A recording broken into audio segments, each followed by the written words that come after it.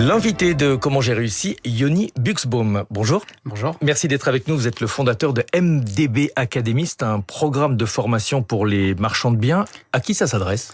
C'est un organisme de formation qui s'adresse à toutes les personnes qui souhaitent lancer ou développer une activité de marchand de biens immobiliers. Pourquoi un programme de formation ? Parce que c'est un domaine, une activité dans laquelle il n'y a besoin d'aucun diplôme. Cependant, il y a besoin d'énormément de connaissances très transversales et jusqu'à 2018 que je crée cet organisme de formation, il n'y avait à peu près aucune formation structurée dans le domaine. Mais est-ce que vous avez le sentiment qu'il y a trop d'amateurs sur le marché immobilier ? Oui, en immobilier de manière générale, c'est assez transversal. Tout le monde s'improvise marchand de biens. Oui, alors tout le monde s'improvise marchand de biens, tout le monde s'improvise agent immobilier et souvent il y a beaucoup d'amateurisme dans ce qui est fait et les conséquences peuvent être assez sérieuses. Alors concrètement, qu'est-ce qu'on y apprend ? On y apprend toutes les bases qui sont réglementaires, toutes les bases nécessaires. Donc, soit la partie réglementaire avec l'urbanisme et le droit privé, mais aussi toute la partie technique, tous les sujets de rénovation énergétique, tous les sujets de fiscalité. Comment pratiquer cette activité de manière sérieuse, de manière structurée, comment aller chercher du financement, comment s'adresser aux banques. Tout l'arsenal de compétences qui est nécessaire pour un marchand de biens. Donc il y a tout un volet financier également. Absolument, ça représente un bon 20% de la formation. Est-ce que vous avez le sentiment que le marché immobilier s'est beaucoup complexifié depuis quelques années ? Il s'est énormément complexifié, notamment depuis 2022 et depuis avec les réglementations. Exactement, la réglementation, la guerre en Russie, l'augmentation des taux, la guerre en Ukraine, pardon, l'augmentation des taux, l'effondrement de la demande.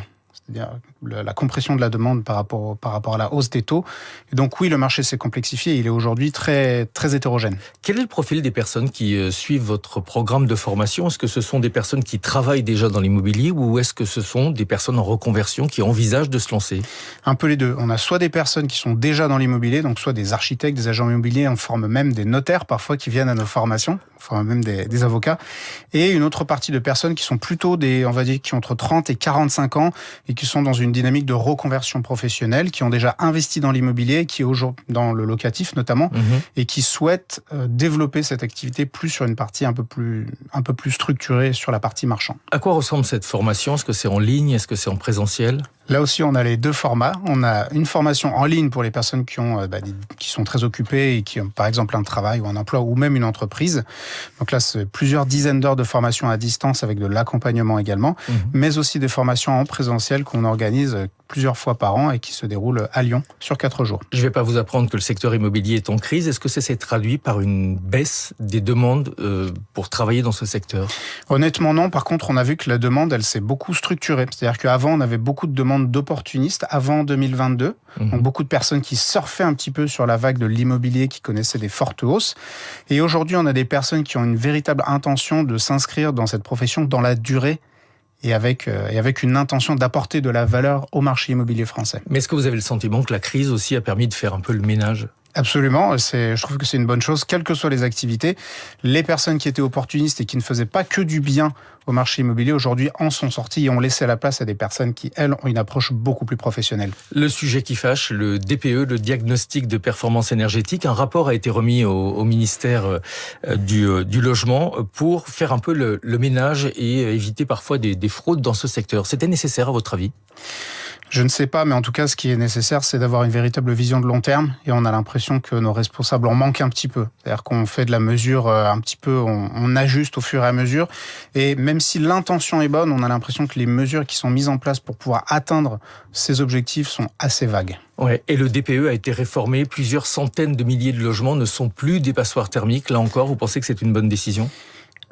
Oui et non, c'est difficile à dire. Là, encore une fois, c'est un coup de baguette magique, un retour en arrière où des logements qui avant étaient mal classés vont se retrouver un peu mieux classés. Je pense qu'on aurait pu mieux faire. Un dernier mot, votre formation, quel est le tarif ? Vous savez que vous êtes dans la matinale de l'économie, on parle d'argent. On a des formations, on a différents tarifs, mais nos formations vont de 3 000 à 5 000 euros approximativement selon les parcours que l'on va suivre. Ouais. Est-ce que c'est éligible au CPF, c'est ça ? Ça ne l'est plus depuis 2022, depuis que la Caisse des dépôts a décidé de supprimer de ses rangs 9 000 organismes de formation. Mais ce sont bien sûr des formations qui sont éligibles, qui sont déductibles du bénéfice imposable pour une société. et qui seront très vite rentabilisés pour un marchand de biens en activité. Merci beaucoup d'être venu ce matin. Yoni Buxbaum, je l'ai bien prononcé? Oui, vous l'avez très bien prononcé. Merci à vous. Fondateur de NDB Academy, programme de formation pour les marchands de biens. 6h20 sur Radio Classique. Nathalie Janson est avec nous pour les classiques.